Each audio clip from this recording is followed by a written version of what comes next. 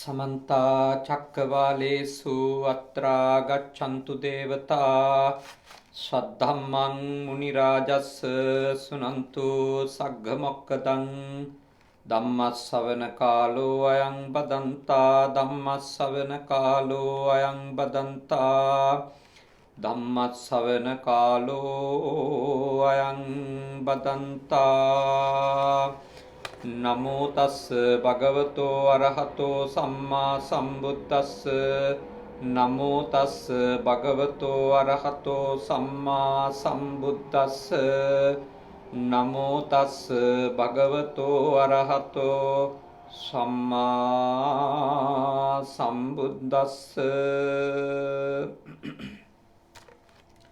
කාරුණික ශ්‍රද්ධාකාමී පින්වතුනි අදත් මේ පින්වත් පිරිස සූදානම් වෙන්නේ බුද්ධ පුතුන් මුහුණු පොත සමග එකතු වෙලා තථාගත ලෞතුරු බුදුරජාණන් වහන්සේ දේශනා කරන්නට යෙදුන උතුම් වූ ශ්‍රී සද්ධර්මය ටික වෙලාවක් ශ්‍රවණය කරන්නට අද මේ පින්කම සඳහා දායකත්වය අරගෙන කටයුතු කරන්නේ ඇමරිකා එක්සත් ජනපදයේ ස්ටැටන් අයිලන්ඩ් පළාතේ ජීවත් වෙන අපේ සදහවත් නිරෝස් ඩිසිල්වා මහත්මාණන් එම නෝනා මහත්මිය වන සෙහානි කහඳවල නෝනා මහත්මිනිය සිනලි ඩිසිල්වා දියණිය මේ උතුම් වූ පින් කටයුත්ත සඳහා අද දායකත්වය අරගෙන කටයුතු කරනවා.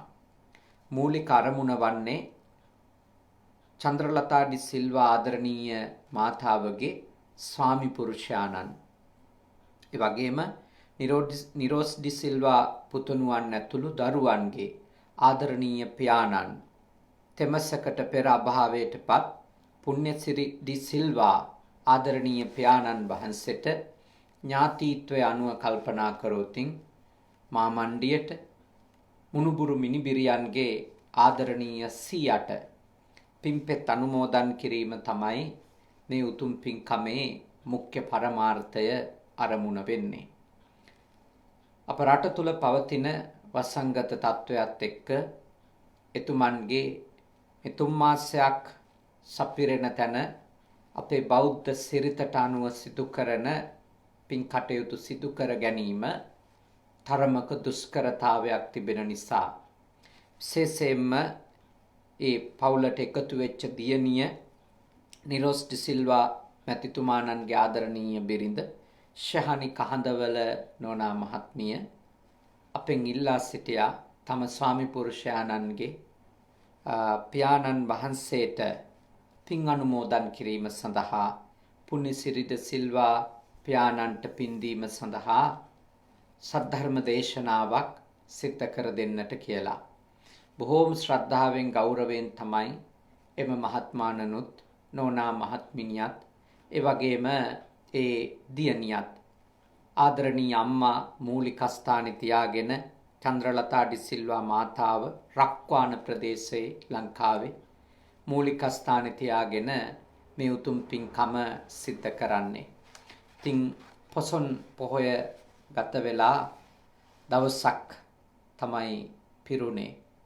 ඉතින් මේ පොසොන් සමය තුල මේ වගේ පින්කමක් කරලා ධර්ම දානමය පින්කමක් කරලා ආදරණීය පියාණන් වහන්සේට පින් අනුමෝදන් කරන්නට ඒ කටයුතු කිරීම අපි බොහොම අගය කොට සලකනවා.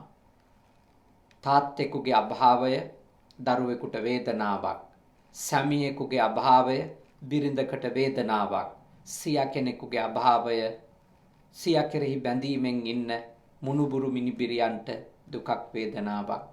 ඒ නිසා බොහෝ වෙලාවට ඒ වේදනාව ටිකක් හරි තුනී වෙන්නේ තමන් සුජීවත්ව ඉඳිද්දී මියගිය පියාණන් වෙනුවෙන් මියගිය ඥාතිවරයාණන් වෙනුවෙන් කරන ලද යුතුයකම් කැපවීම මතක් කරනකොට මං හිතනවා මේ මහත්මාණන්ට නම් බොහෝ සතුටු වෙන්න හිත හදාගන්න කරුණු තිබෙන බව අපට දැනගන්නට ලැබිලා තිබෙනවා. ආදරණීය මව්ට පියාට බොහොම ආදරෙන් ඉගෙන ගන්න කාලේ ඉඳලම බොහොම ආදරෙන් සැලකිලි සංග්‍රහ කරලා ඒ ආදරණීය පියාණන්ටත් මව්ටත් කරන්ට පුළුවන් උපරිම යුතුයකම් ඉෂ්ට කරපු බොහොම දයාබර පුතුණු කෙනෙක් ලෙස තමයි නිරෝස් ඩිසිල්වා මැතිතුමා අද විදේශගතව සිටියත් කටයුතු කරන්නේ. ඉතින් තාත්තා වෙනුවෙන් මේ පින්කම කරන්නෙත් අම්මගේ හිත සුවපත් කරමින් තාත්තට පින් අනුමෝදන් කිරීමේ පරම අභිලාෂයක් ඇතුව. ඉතින් පින්වතුනි මේ වගේ උතුම් යුතුයකමක් ඉෂ්ට කරන වෙලාවේ ඔබ හැම දෙනාටම ප්‍රයෝජනවත් වෙන දහම් කරුණක් අදත් සාකච්ඡා කරන්නට අපි කල්පනා කළා. බුද්ධ නීති සංග්‍රහය කියන උතුම් ධර්ම ග්‍රන්ථය ඇසුරු කරගෙන අද අපි සාකච්ඡා කරන්නේ විශේෂයෙන්ම විමසා බලා කටයුතු කිරීම පිළිබඳව. නොවිමසා කටයුතු කිරීමේ කියන්නේ විමසා බලලා නැතුව කටයුතු කිරීමේ භයානකකම පිළිබඳව අද අපේ මේ දේශනාවේදී ඔබත් එක්ක සාකච්ඡා කරනවා. හැමදෙනාම හොඳ අවධානයක් යොමු කරලා මේ දේශනාව ශ්‍රවණය කළොතින් මා විශ්වාස කරනවා ඊටාම වටින උතුම් උපදේශනයක් ඔබේ ජීවිතයට ලබා ගන්න නිසක වශයෙන්ම ඔබට අවස්ථාවක් උදා වෙනවා. අපි භාග්‍යවතුන් වහන්සේගේ දේශනාවට මෙතෙන් ඉඳලා අවධානය යොමු කරමු. අසමෙක්කිත කම්මන්තං තුරිතාහි නිපාතිනම් සානි කම්මානි තප්පෙන්ති උන්හං වජ්ජෝ හටං මුකේ. භාග්‍යවතුන් වහන්සේ දේශනා කරනවා පරීක්ෂා නොකොට වැඩ කරන්නා වූ නොවිමසා වහා කටයුත්තට පනින්නා වූ තැනැත්තන් ඒ කර්මයෝ නිසා තැවෙනවා. ඒ කරපු ක්‍රියා නිසා තැවෙනවා. මොන වගේද? කටෙහි දැමූ උණු දෙයක් කට දවනවා වගේ. බලන්න ලස්සන උපමාවක් අපිට භාග්‍යවතුන් වහන්සේ සඳහන් කරන්නේ.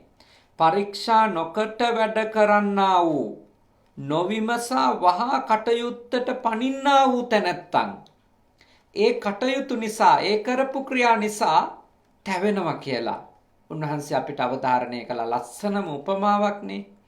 මිනිස්සුන්ට ආස වැඩි වුණාම තමන් උයන ආහාරයට මොකද කරන්නේ? සමහරු ව්‍යංජනය මාළුපිණි අලබතල වෙන්න පුළුවන්. තමන් ආස ආහාරයක් නම් සමහර වෙලාවට ලිපේ තියෙද්දිම කෑල්ලක් දෙකක් උණුවෙන්ම කටට දාගන්න අවස්ථාවක් නැතුව නෙමෙයි. ලිපෙන් බිමට තියපු ගමනොත් ආසාව වැඩි අය ආහාරයට එය කන්න ඉවසිල්ලක් නැතුව ඉන්න අය උණුවෙන්ම කටට දාගන්න අවස්ථා තිබෙනවා.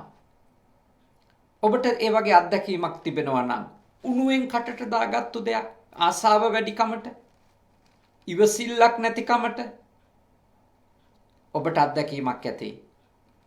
ඔබේ කට පිච්චුණා කියන එක.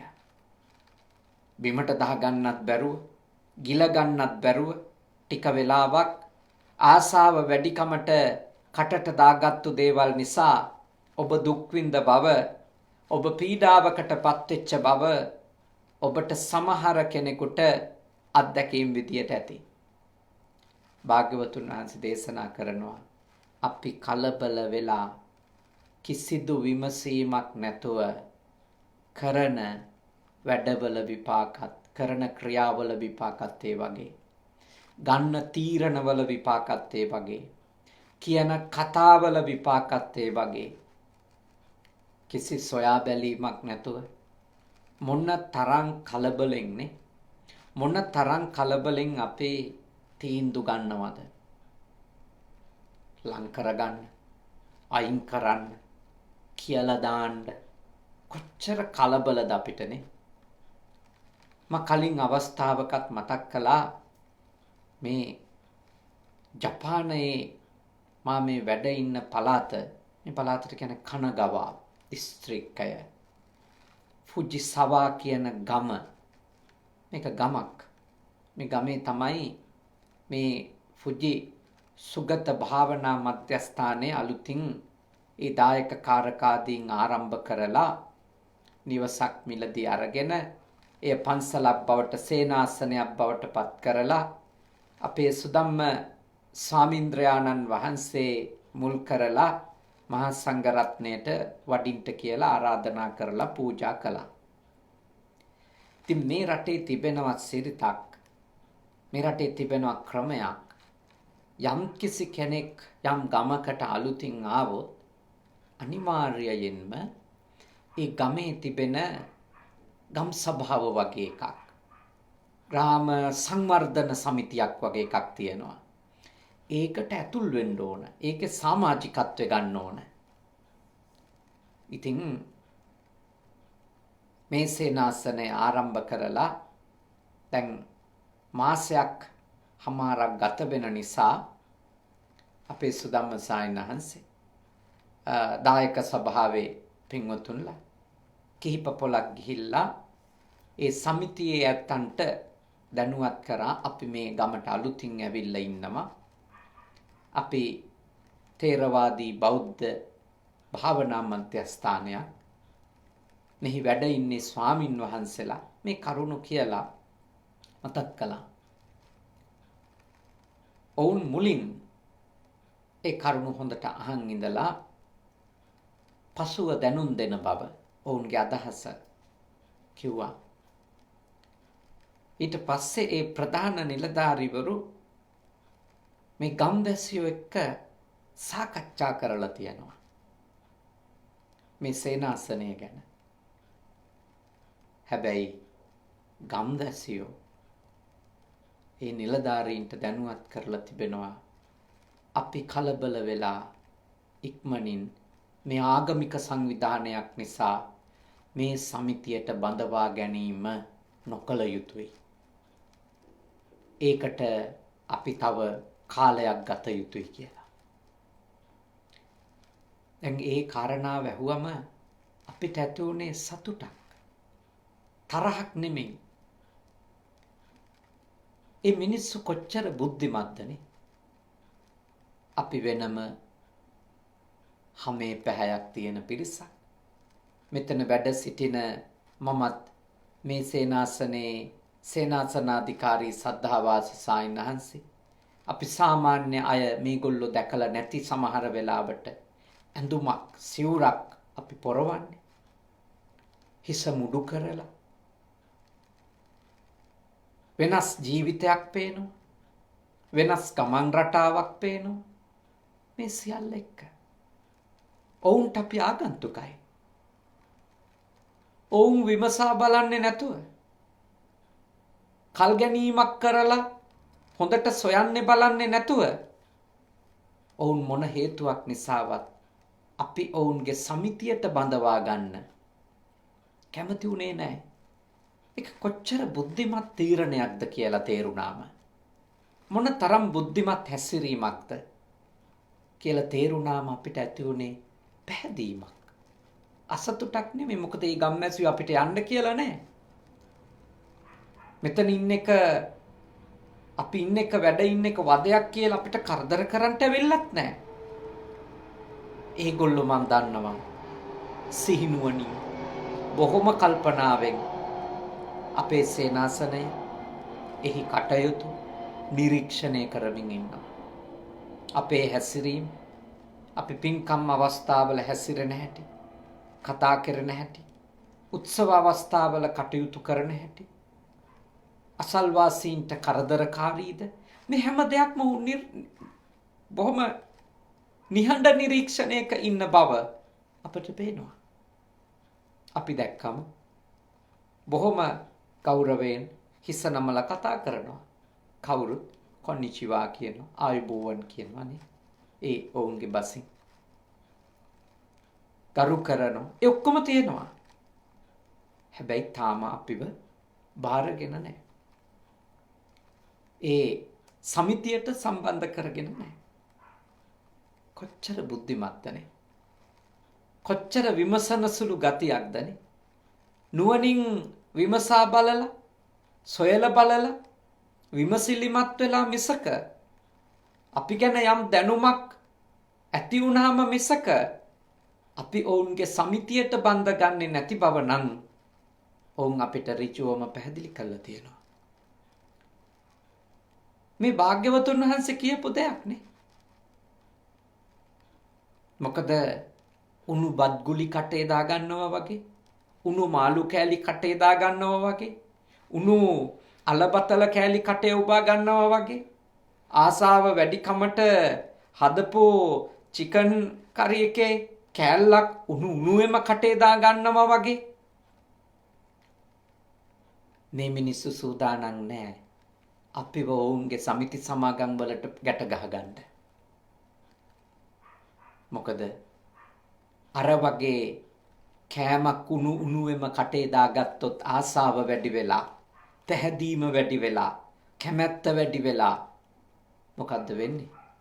කට පිච්චිලා යනවා. එළියට දාගන්නත් බෑ, ආස වැඩි. තොලත් පිච්චෙයිද කියලා බයයි. ගිලින්නත් බෑ.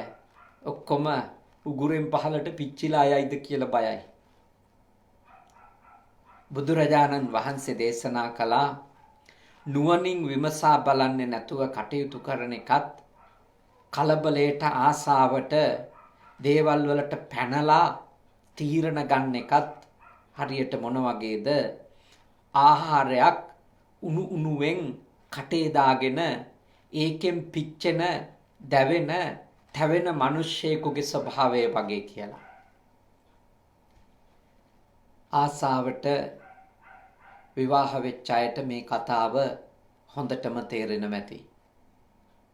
ආසාව වැඩිකමට ගැළපෙනවද නොගැළපෙනවද කියලා සොයා බැලීමක් නැතුව, ගුණ නැන දෙක පිළිබඳව විමසීමක් නැතුව, තරණ ආකල්ප අදහස් පිළිබඳව ගැඹුරු අවබෝධයක් නැතුව, එක්ක රූපෙට ආස වෙච්ච නිසා, එක්ක කතාවට ආස වෙච්ච නිසා, හඬට ස්පර්ශයට ආස වෙච්ච නිසා, තියෙන ධනයට දාන්නයට ආස වෙච්ච නිසා, යාන වාහන වලට ආස වෙච්ච නිසා, කඩි මුඩුයේ කලබලේ ඔව් මම කැමතියි, අපි ඉක්මනින් විවාහ වෙමු ආදී තීරණ වලට ආපු අය මං හිතනවා ඒගොල්ලොන්ට තේරෙන්නේ නැති උණු ආහාරයක් කටේ දාගත්තා වගේ දැන් විඳවන විඳවිල්ල කියලා. මොකද අර මහ තනස්කන්ධයට යටින්, අර ලස්සන රූපයට යටින්, අර මිහිරි හඬට යටින් බොහොම සුවපත් වූ ස්පර්ශයට යටින් ඇත්ත සත්වයා එළියට එන්න පටන්ගෙන නම් දැන් බොහෝ දෙනෙකුට තේරෙන මැති කොච්චර ලොකු වැරද්දක්ද මේ කරගත්තේ කියලා. මොන තරම් වැරදි තීරණයක්ද මේ අරගත්තේ කියලා. සමහර අයට දැන් ගත්තු තීරණේ බරපතලකම, ඒ තීරණය ගනිද්දි හැසිරිච්ච විදිය, ඒ සියල්ල මත මං විශ්වාස කරනවා බොහෝ දෙනෙකුට තීරණය ආපස්සට හරවන්න ඕන වුණත් හරවන්න බෑ. විඳව බොහෝ අය තමන්ගේ ජීවිත ගත කරමින් ඉන්නේ. සමහර අය ඍජුවම අප සමගත් කියලා තියෙනවා. දැඳගත්ත බෙරේ ගහන්න ඕනෑනේ. මොකද කරන්නේ සායනාංශ? කරුමයක් ගෙවනවා කියලා හිතාගෙන විඳෝ මැරෙනකන් ජීවත් වෙනවා කියලා. ඒ වගේ අමිහිරි අත්දැකීම් එක්කනේ මුළු ජීවිතයම විඳවන තත්ත්වයට අපි විමසා බලන්නේ නැතුව කරන ලෞකික ක්‍රියාවක ප්‍රතිඵල අපිට එන්න පුළුවන්. විවාහයට විතරක් නෙමෙයිනේ. විවාහයේදී ප්‍රධානයි. ඔය වගේමයි කලබලයට, ආසාවට තෝරගන්න රැකිරක්ෂානේ. ඉගෙන ගන්න දරුවෝ සමහර වෙලාවට තෝරගන්න විෂය ධාරා යාළුවෝ කරන නිසා, රටේ ජනප්‍රිය නිසා ඒ විෂය ධාරා මෙහෙම තෝරගන්නවා. ආස හිතිලා තමන්ගේ තරම දන්නේ නැතුව, තමන්ගේ හැකියාව දන්නේ නැතුව, තමන්ගේ කුසලතාවය ගැන කිසිදු විමසීමක් නැතුව, ඒ විෂය මාලාව පිළිබඳව හෝ තමන්ට කරන්න තිබෙන කාර්යභාරය පිළිබඳව හැඟීමක්, අවබෝධයක්, දැනුමක් නැතුව බොහෝ දෙනෙක් කරන නිසා කරන්න ගිහිල්ලා, හැමෝම පාහේ අගය කරන නිසා තමනුත් තෝරගන්න ගිහිල්ලා, එක්කෝ ඒව කරාම ලැබෙන සමාජ තත්ත්වය ආදී කරුණු කාරණා කල්පනා කරලා දේවල් තෝරගන්න ගිහිල්ලා මොන තරන්නම් විඳවනවද? සමහර විට සාමාන්‍ය පෙළ විභාගයේදී ඒ 9ක් ගත්තු දරුවෝ ඉන්නවා. තාම තමන්ට ඇත්තටම හැකියාවක් අඩු විශ්වවිද්‍යාලයට යන්න විෂය ධාරාවන් තෝරගෙන සාමාර්ථ 3ක්වත් S3ක්වත් ගන්න බැරුව අවුරුදු ගණන් එකම විභාගේ කර කර විඳවන දරුවොත් ඉන්නවා. ඒකයි අපේ ගන්න තීරණයක් මොකක් වෙනුවෙන් ගත්තත් නුවණින් විමසල බලලා ඒ තීරණය ගන්න ඕන. දැන් බලන්න අවුරුදු 10න්නේ මා පැවිදි වුණේ. ඇත්තටම ඒ තීරණය නුවණින් විමසා බලලා ගත්තු තීරණයක් නෙමෙයි. සසර දුක ගැන අවබෝධයකින්වත් උතුම් නිවන් මඟ ගැන පැහැදීමකින්වත් ගත්තු තීරණයක් නෙමෙයි. මව්ගේ පියාගේ බලපෑමකට ගත්තු තීරණයකුත් නෙමෙයි. කේන්දරවල අපල තිබිලා ගත්තු තීරණයකුත් නෙමෙයි. මහාන කරන්නය කියලා කවුරුන් හෝ කරපු ඉල්ලීමකට ගත්තු තීරණයකුත් නෙමෙයි. ආසාවටම ගත්තු තීරණයක්. ආසාවටම. මොකක්ද ආසාව? මහාන වෙන්න ආසාව. මහාන වෙන්න ආසාවට ගත්තු තීරණයක්. එතකොට ඒ තීරණය ඒ වෙලාවේදී නිවැරදි තීරණයක්ද? ඒ වෙලාවේ නිවැරදි තීරණයක් නෙමෙයි. ඒ ආසාවට ගත්තු තීරණයක්. සාමාන්‍ය අවුරුදු 10ක 11ක ළමයෙකුගේ හිතට ආපු සිතුවිල්ලක්. හැබැයි ඒ තීරණය තුල පැවිදි වෙන්න මව්ගේ පියාගේ අවසර අරගෙන පැවිදි භූමියටපත් වුණා.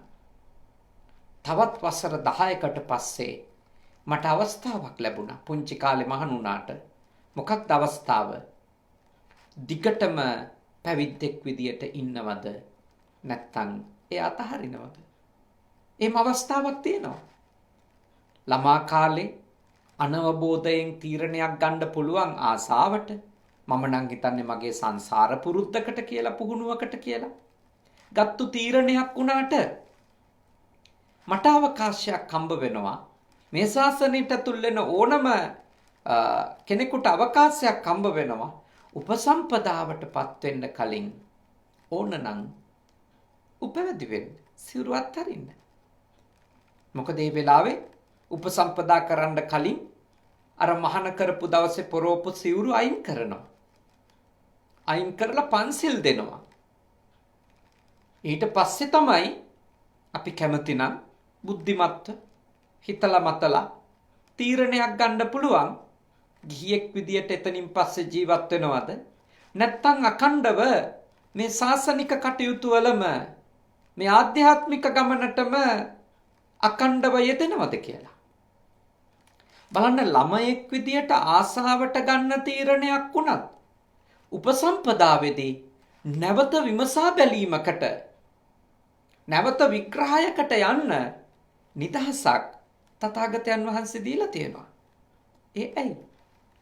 කෙනෙක් මුළු ජීවිතය ගැනම තීන්දුවක් ගන්නව නම් ඒක මෝරපු වයසකදී, දැනුම් තේරුම් ඇති වයසකදී ගත යුතු තීරණයක්. උපසම්පදා කරන්නේ නැහැ අවුරුදු 15. උපසම්පදා කරන්නේ අවුරුදු 18 උපසම්පදා වෙන්න නම් අපේ තේරවාදී සම්ප්‍රදාය තුල අවුරුදු 20ක් සම්පූර්ණ වෙලා තියෙන්න ඕන. ඒක තමයි අපේ සම්ප්‍රදාය.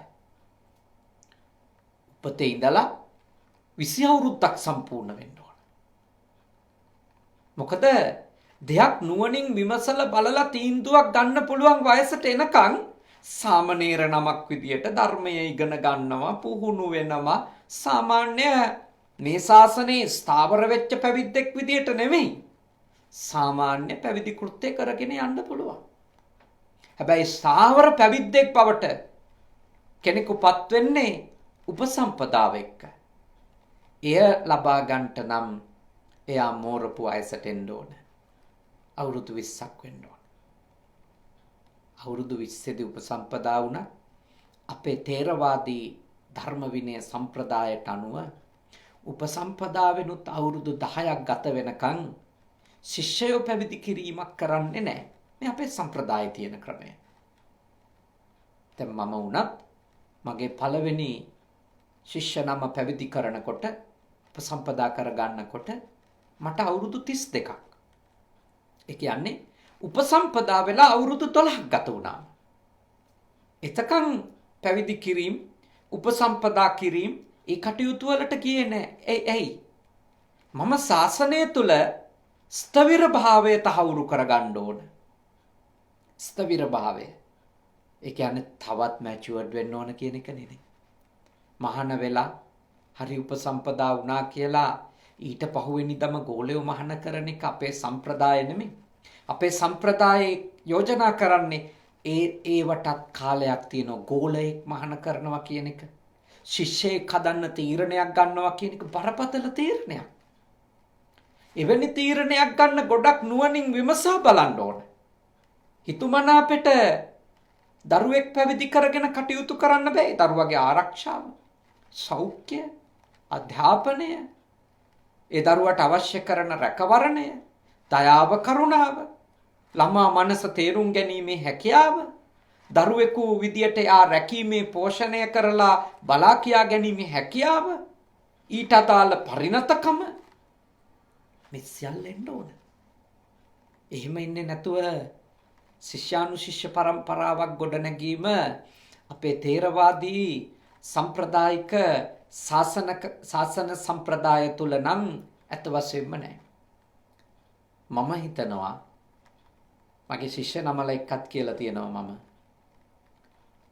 අඩුම මම අවුරුදු 35 දී ඔබ වහන්සේලා පැවිදි කරන්න තීරණය කරා නම් මට තවත් හොඳ තීරණ ගන්න තිබුණා කියලා. මොකද හේතුව එතකොට තවත් මම දැනුවත් නේ. උන්වහන්සේලා හික්මව ගන්න ඕන විදිය. එතකොට මට තවත් දැනුම ලැබිලා. මට තවත් බුද්ධිමත්කම, ප්‍රඥාව දියුණු කරගන්න, මා තුළ තව දැඩි හික්මීමක් ඇති කරගන්න අවශ්‍ය වයසට ඇවිල්ලානේ. ඒ නිසා ඔබ හොඳට අවබෝධ කරගන්න මේ දේවල්. නුවණින් විමසලා බලන්න පුළුවන් කාලය එනකන් කලබල වෙලා තීන්දුව ගන්න එපා කියලා තමයි අපේ තරුණ දුවා දරුවන්ට මම යෝජනා කරන්නේ. ළමෙක් විදියට ඉන්න ඕන කාලේ ළමෙක් විදියට ඉන්න. මුළු ජීවිතේ ගැනම කලබල වෙලා තීරණ ගන්න යන්න එපා. Tamanට ඕනෝනි එක කරන්න යන්න එපා. මොකද සමහර තීරණ ගන්න පුළුවන්. හැබැයි එහි බරපතලකම තේරෙනකොට ආපහු හරවන්න බෑ. ආපහු හරවන්න බෑ. හරිම සංකීර්ණ ප්‍රශ්න ඊළඟට ඇති වෙනවා. ඊට පස්සේ ඒ ගත්තු තීරණය තුල ඉන්න පුළුවන් හින්දාත් නෙමෙයි. තීරණය ආපස්සට හරවන්න බැරි හින්දා විතරමයි. එතකොට Taman තව කෙනෙක් එක්කනම් ජීවත් වෙන්නේ. Tamanට කොච්චර අපරාධයක් දෙයින් කරගන්නේ. ඒ විදියට අකමැත්තේ, නොදැනුවත් කමින්, අනවබෝධයෙන් ගත්තු තීරණයක එහෙම ඉන්නේ තව කෙනෙක් එක්කන Tamanට Taman කොච්චර අපරාධයක්ද කරගෙන තියෙන්නේ. ඊළඟට Taman අකමැත්තෙන් කෙනෙක් එක්ක ඉන්නකොට අකණ්ඩව මුළු ජීවිත කාලෙම ඒ ඇත්තිට කොච්චර ලොකු අසාධාරණයක් අපරාධයක්දනේ. ඊළඟට ඔබ එවැනි මානසික පසුබිමක ඉඳගෙන මේ ලෝකෙට දරුවෝ අරගෙන ආවොත්, මේ ලෝකෙට දරුවෝ බිහි කරොත්, ඒ දරුවෝ ගත කරන්න පුළුවන් ජීවිතේ කොයි වගේ වෙයිද?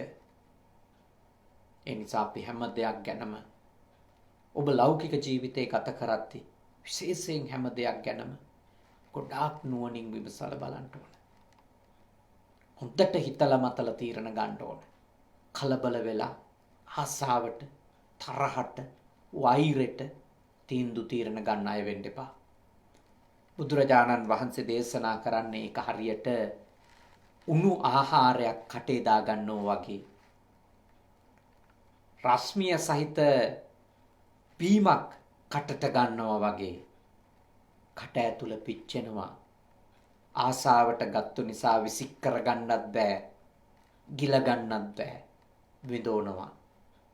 එතෙන්ට වැටෙන්න එපා කියන එක තමයි මේ දේශනාව තුළ භාග්‍යවතුන් වහන්සේ ඔබට අවධාරණය කරන්නේ. ඊළඟට උන්වහන්සේ දේශනා කරනවා අනිසම්ම කතං කම්මං අනවත්තාය චින්තිතං බේසජ්ජස්සේව හේ භංගෝ විපාකෝ හෝති පාපකෝ කලයුතු නොකලයුතු බව ගැන විමසීමක් නොකොට කාරණානුකූලව නොසිතා කළ දෙය බෙහෙතේ අප්‍රත්‍ය වීම මෙන් නපුරු විපාක ඇත්තේය. දැන් අපි බෙහෙත් ගන්නෙ මොකටද? ලෙඩකටනේ. හැබැයි බේත හරි සිහිනුවණින් විමසලා බලන්නේ නැතුව ගත්තොත් මොකද වෙන්නේ? බේත ගත්තේ ලෙඩකට වුණාට වෙන ලෙඩක් හැදෙන්න පුළුවන්. නුවණින් විමසා බැලීමකින් තොරව බොන්න පටන් ගත්තු බේත් නිසා ගොඩ වෙදකම් වලින් අපිට හිතෙන මාත්‍රා වෙන්නේ දොස්තර මහත්තයා දෙනවා මේ පෙත්ත දවසට එකයි.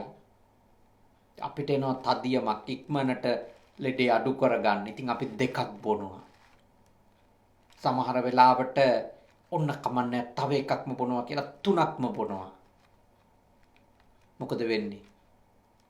ලෙඩක් හොඳ කරන්නට ගත්තු බේත වැරදියට අරගෙන අනුවන කමින් යුක්තව අරගෙන නුවණින් විමසා බලන්නේ නැතුව අරගෙන බේතම වහක් වෙන්නේ නැද්ද?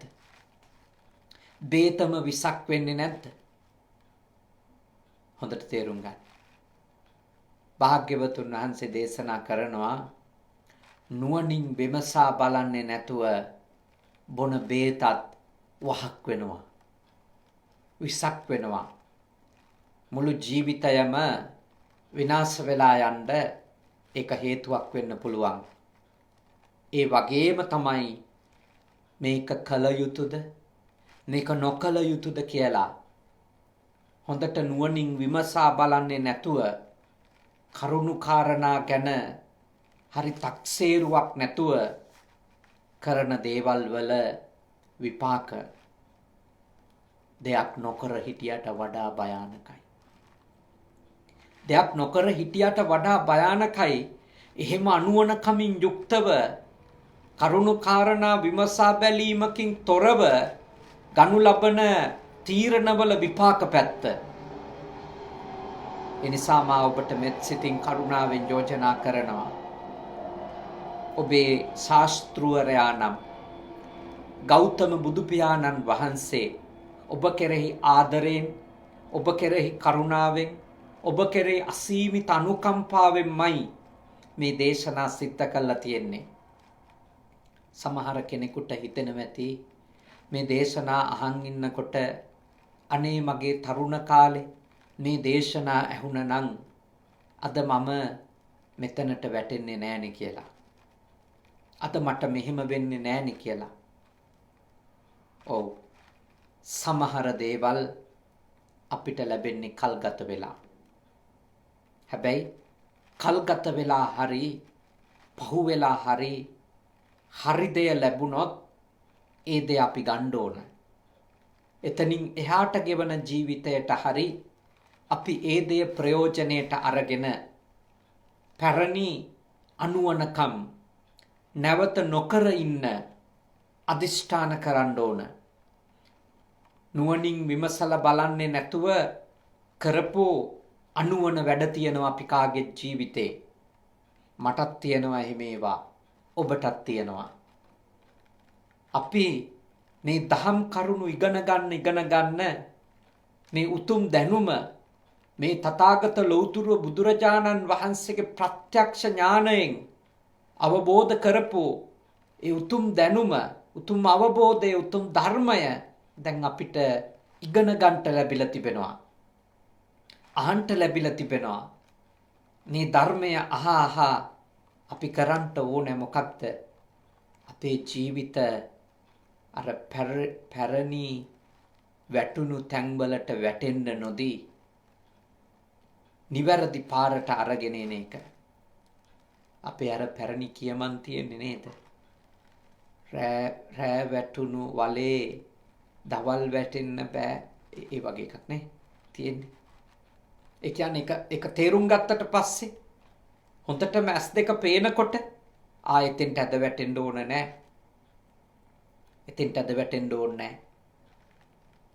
අතීතය ගැන පසුතැවෙන එක වෙනුවට අනේ මට එහෙම වුණානේ අපරාධනි කියලා විඳව තමන්ට ශාප කරගන්නවා වෙනුවට අද මේ අහන දහම් කරුණෙන් ප්‍රයෝජනයක් ලබා ගන්න.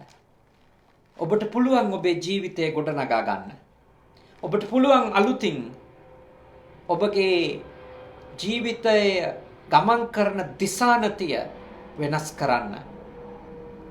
100% වෙනස් කරන්න බැරි වුණත් යම් වෙනසක් ඔබට කරගන්න පුළුවන්. ඔබ බුද්ධිමත් වුණොත්. මේ දේශනාවන් හරියට ශ්‍රවණය කරලා මේවයි කියලා දෙන මේ කරුණ තේරුම් ගන්න නෙමෙයි උපමා කියන්නේ නේ. වරදවල ගත්තොත් ලෙඩක් හොඳ කරගන්න ගත්තු බේතත් වහක් වෙනවනේ. එතකොට බේත හරි නුවණින් විමසල බලලා මාත්‍රාවටනේ ගන්න ඕන. ප්‍රත්‍ය අප්‍රත්‍ය බව කැප අකැප බව හොඳට තේරුම් අරගෙනනේ බේත හරි පාවිච්චි කරන්න ඕනේ. ඒ වගේ භාග්‍යවතුන් වහන්සේ දේශනා කරනවා කරුණාකාරණා හොඳට විමසලා බලන්නේ නැතුව අපි වැඩිහිටියෝ විදියට නම් කටයුතු නොකළ යුතුයි. ළමා කාලේ, තරුණ කාලේ සමහර වෙලාවට මුරණ්ඩු කමට අපි ගත්තු තීරණ තියෙනවා. මගෙත් එහෙම ඒවා තියෙනවා. හරි මුරණ්ඩු වැඩ මං කරලා තියෙනවා. නාහෙට අහන්න නැති වැඩ කියන්නේ. ඒව කරලා තියෙනවා මාන වෙලා ඉඳිtti. හරි දරදඬු හැසිරීම් මගෙත් තිබිලා තියෙනවා. ගොඩක්. මේ තථාගතයන් වහන්සේගේ ධර්මය ටික බොහොම පොඩ අවබෝධ වෙනකොට තමයි ඒ අඩු වෙලා යන්නේ. නැත්තම් ඉවසිල්ලක් නැතුව කලබලේට මාන්නෙට උඩඟු කමින් ගත්තු තීරණ කොච්චර තියනවද? ඒ තීරණ නිසා මොන තරම්නම් පසුතැවුණු අවස්ථා තියනවදනේ. ඇයි මේ ගොන් වැඩේ කරේ කියලා හිතිච්ච අවස්ථා මට හිතිලා තියෙනවා. මේ වෙලාවේ එළියට ආවේ කොච්චර අනුවන කමක්ද කියලා මට හිතිච්ච අවස්ථා තියෙනවා. මම ඔබට යෝජනා කරනවා තථාගත ධර්මය අපේ ජීවන දර්ශනයේ බවට පත් වුණාට පස්සේ ඒ අනුවනකම් ටිකෙන් ටික අඩු කරගන්න. ගන්න තීරණයක් කරන දෙයක් නුවණින් විමසලා කරන්න.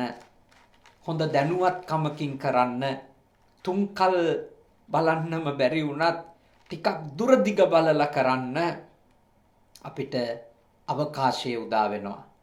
මේ හැමදාම ධර්මයේ ශ්‍රවණය කරන ඇත්තන්ට ලැබෙන ලොකු භාග්යක් මේ වගේ දේශනාවන් ඇහෙනකොට තමන්ගේ ගමන හරි විදියටම සකසා ගන්නට ඔබට අවකාශය උදා වෙන එක. ඉතින් ඒ නිසා මා ඔබට මෙත් සිතින් යෝජනා කරනවා. දැන් හරි කරන දේවල් නුවණින් විමසලා බලලා කරන්න. කරුණු කාරණා හොඳට හොයලා බලලා කරන්න. කියන කතා එක වතාවක් නෙමෙයි 10-12 වතාවක් හිතලා මතලා කියන්න. ගන්න තීරණ එක වතාවක් නෙමෙයි විවිධ කෝණවලින් ඒ පිළිබඳව විමසිලිමත් වෙලා ඒ තීරණ ගන්න. නැත්තම් පැටලෙනවා. ගොඩක් වරදිනවා. හරියට මොන වගේද? දත් දබ කියන හඬින් බෙලි ගෙඩියක් වනයේ වැටෙනුව අහලා වැටෙන ආකාරය අහලා හාවෙක් බය වෙලා දිව්ව කතාව ඔබ දන්නවා. දවසක් හාවෙක් බෙලි ගහක් යට බෙලි වනයක බෙලි ගහක් යට නිදාගෙන හිටියා. මේ නිදාගෙන ඉඳපු හාවට නිදාගන්න කලින් සිතුවිල්ලක් තිබුණා කියලත් කියනවා මේ ලෝකෙ පෙරළුණොත් මොනවා වෙයිද කියලා. හාව අඩ නින්දේ ඉඳිද්දී ඉදුණු බෙලි ගෙඩියක් වැටෙනවා. වියලුණු අතු ටිකක් කොළ ගොඩක් උඩට. ඒ සද්දය හාවට හිතෙන්නේ අර තමන් හිතපු දේ වෙනවා කියලා. ලෝකෙ පෙරලෙනවා කියලා. හාවා දුවනවා. නිකන් නෙමෙයි. හම්බෙන සතාට කිය දුවනවා. ලෝකෙ පෙරලෙනවා කියලා. ඒ සත්තුත් හාවගේ පස්සෙන් දුවනවා. එයාලටත් හම්බ වෙන අයට කියනවා ලෝකෙ පෙරලෙනවා දුවන්න ජීවිතේ බේරගන්න කියලා. මොකද දද්දබ කියන හඬ ඇහුණා. දද්දබ කියන හඬ ඇහුණා. ඉතින් මෙහෙම වනයේ ඉන්න සියලු සත්තු ටික ගාලා කඩාගෙන දුවනවා දැකලා කැලේ රජා සිංහයා එයා කෑ ගහලා ගොරනාඩු කරලා අහුවා කොහෙද දුවන්නේ? මොකද වෙලා තියෙන්නේ කියලා. එතකොට කියනවා ලෝකෙ පෙරලෙනවා. අපි මේ බේරෙන්න දුවනවා. සිංහයාට තේරෙනවා මොකක් හරි අර්බුදයක් වෙලා කියලා. අහනවා ඇත්තද? කවුද දැක්කේ? එක සතාගෙන් අහගෙන යනවා කවුද දැක්කේ? මම නම් දැක්කේ නැහැ. අහවලා තමයි මට කිව්වේ. අහවල් සතා තමයි මට කිව්වේ. මෙහෙම පස්සට අහගෙන යනවා කවුද මුල් එක්කෙනා කියලා. කවුද මුල් එක්කෙනා කියලා. ඔන්න එතකොට හම්බ වෙනවා අර හාවා. ඉතින් සිංහයා කියනවා හොඳයි.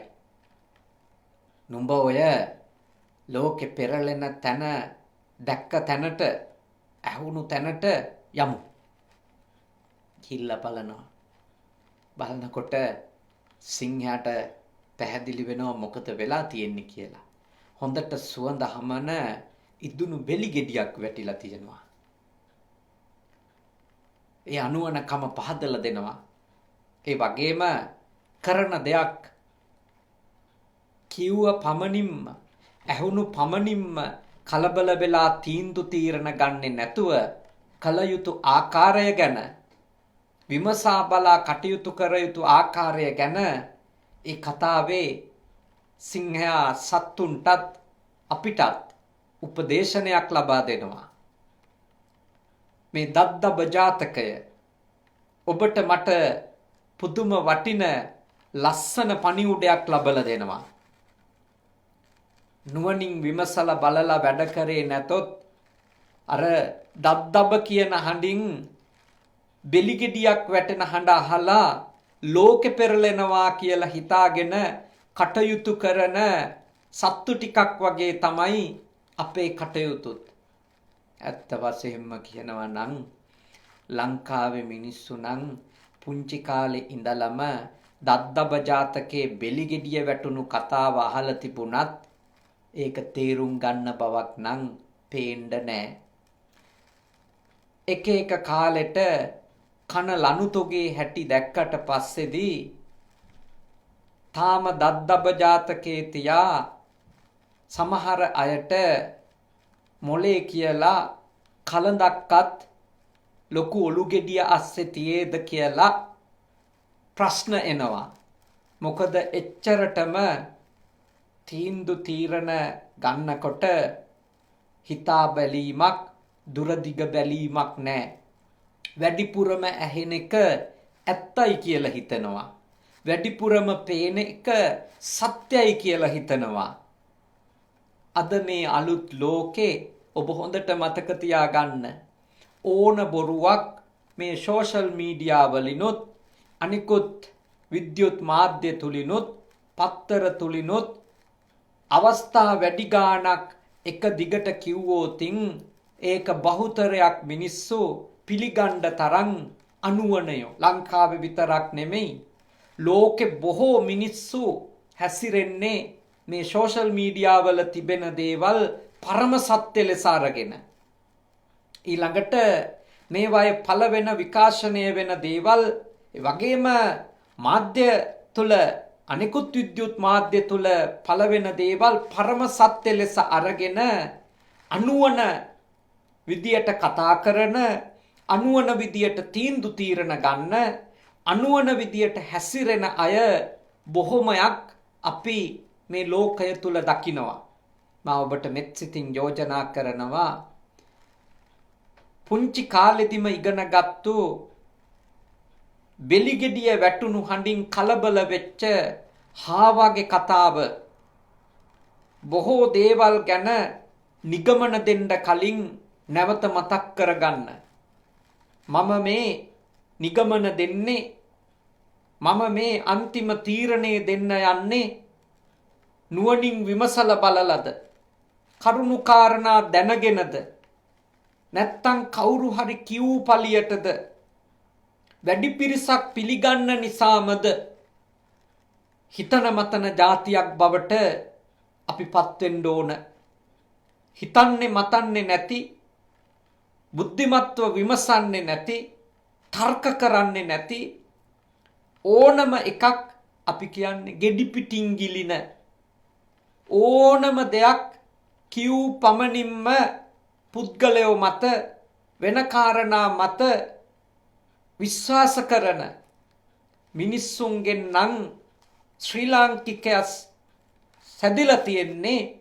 ශ්‍රී ලාංකීය ජාතිය ලෝකෙ පිරිහිලා යන එක, විනාශ වෙලා යන එක නවත්තන්න බෑ. අපිට හොඳට හිතන්න මතන්න දෙන්නේ නැතුව තියාගන්න තරමට බොහෝ අයට අපිව රවට්ටන එක ලේසි කියන එක තේරුම් අරගන්න. කවුරුන් කෙසේ කීවත්නේ, කියන්නා කෙසේ කීවත් අසන්නා සිහිබුද්ධියෙන් ඇසිය යුතුය කියලා කියමනක් පුංචි කාලේ ඉඳලම අපි කියනවා. ඒත් කියපු අයගේ කතා අහපු අය මොලේ පාවිච්චි කරලා අහන් හිටියානම්, දුරදිග බැලුවානම්, කරුණු කාරණා හරියට විමසුවානම් අද බොහෝ දෙනෙක් විඳවන්නේ නැහැ, දුකටපත් වෙන්නේ නැහැ. අපි කාටත් වැරදුණු තැන් තමයි කතාවල මතු පිට අර්ථයට වසඟ වීම, රූපවල මතු පිට පෙනුමට වසඟ වීම, යථාර්ථය තේරුම් ගන්න තරම් ඉවසීමක් නැතුව කලබලයට ගත්තු තීන්දුව තීරණ බොහෝ දේවල් ලබා දුන්න වෙනුවට තියෙන දේවලුත් අහිමි කරපු බව නම් ඔබ හැම දිනාටම සක්සුදක්සේ පැහැදිලි වුණු අත්දැකීම් ඔබේ ජීවිතයේ ඇති. එනිසා මා මෙත් සිතින් යෝජනා කරනවා භාග්‍යවතුන් වහන්සේ වදාළේ අපිට සිහිනුවණින් වැඩ කරන කෙනෙක් වෙන්න, විමසලා බලලා වැඩ කරන කෙනෙක් වෙන්න, කරන්නම් වාලේ දේවල් කරන කෙනෙක් වෙන්න එපා. හැමෝම කියන නිසා පිළිගන්න, හැමෝම කරන නිසා දේවල් කරන කියන කෙනෙකු බවට තමන්පත් වෙන්න එපා කියන එක තමයි බුදුරජාණන් වහන්සේ දේශනා කළේ. අවසාන වශයෙන් භාග්‍යවතුන් වහන්සේ මෙලෙස දේශනා කළා. සෝතාපට්ටි මාර්ග විඥාණයට නොපැමිණ අනුන්ගේ කීම් වලට හැරෙන ස්වභාවය ඇත්තා වූ, අනුන්ගේ කීම් උතුම් කොට ගන්නා වූ යම් බාල කෙනෙක් වෙද්ද ඔහු අනුන් විසින් ඒ අතට යවනු ලබන්නෝ වෙති. කියන්නේ සෝතාපන්න ඵලයට පත් වෙන කම්ම එක එක්කෙනාගේ කතා තුල අපි මේ ධර්ම මාර්ගයෙන් වෙනස් වෙලා වෙනත් වැරදි දෘෂ්ටි මතවාද කරපින්නා ගන්න, වැළඳ ගන්න තියෙන ඉඩකඩ වැඩි කියලා තමයි භාග්‍යවතුන් වහන්සේ දේශනා කළේ.